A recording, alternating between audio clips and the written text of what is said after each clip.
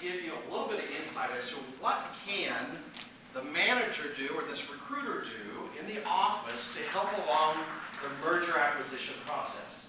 Now, if you haven't been involved in merger acquisitions right away, if you be honest, there might be this little that pops up inside of you, and what do I do? How do I get involved in that? What role can I play? And so when Carol said, hey, let's talk about that and let's explore that, because there's a lot of things that you can do as a recruiter to move along the process, help the company out. And we'll actually talk about some best practices in here. We'll also discuss what some other companies are doing in regards to making sure that the recruiter in their organization is doing exactly that. So hopefully I won't speed along too fast here. Since we do have limited time, I do have a habit of speaking somewhere between 500 and 600 words a minute. So if I get too fast for you, you can always raise your hand. You can say, you left me at the barn, Jonathan. Back up, and I'll do that for sure. So as we look at this crystal ball that's before us, you really, really know what's going on in your organization. Now think about that. You have a very, very good picture of what your organization is about. You know what the culture of your company is. You know what the values of your company, you know what the vision, hopefully. You sit down with management and you know that. They explain that to you. And you're in touch with where the company wants to go today. So there's a lot of things here. The core values, the target profile of who you're going after as an organization, who you have looked at as a potential candidate and the best fit for your organization based upon the company target.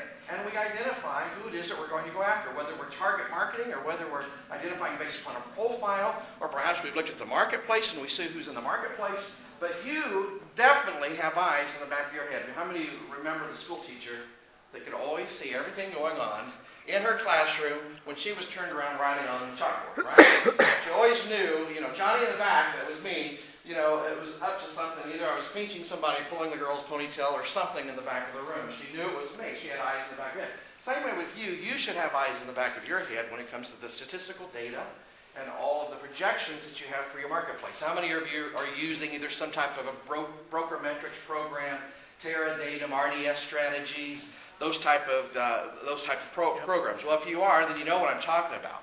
And with that type of information, you can find a lot of things out. We'll go through some of that. And then the second part of this is that you need to have your ears to the ground. So your eyes are at play here, and your ears. Your ears are to the ground because you're looking for events and opportunities in your marketplace as a recruiter and what you can do to take advantage of those events and opportunities. So target and identify, let's go back to that. With the statistical data and projections that we talked about, there's a number of things you want to keep your eyes on in that broker data, those metrics that are being provided to you every single month. Whether you're pulling those down from the MLS or a program like Market Share MLS or through Teradata or what have you.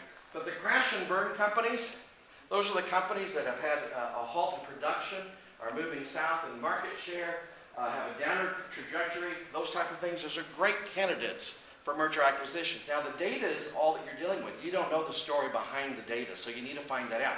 How are you going to find the story behind the data? Well, you've got to make some phone calls, you've got to ask some questions, right? So as you do that, and you look at these, you see a company has a loss of market share, you see a company that has on the opposite end a very high PPP, per person productivity. Trip over that one, say that one 3 times fast, right? High PP being that all their agents are very, very motivated and very, very productive and are doing very well, higher than the averages in the industry. Why would you want that company?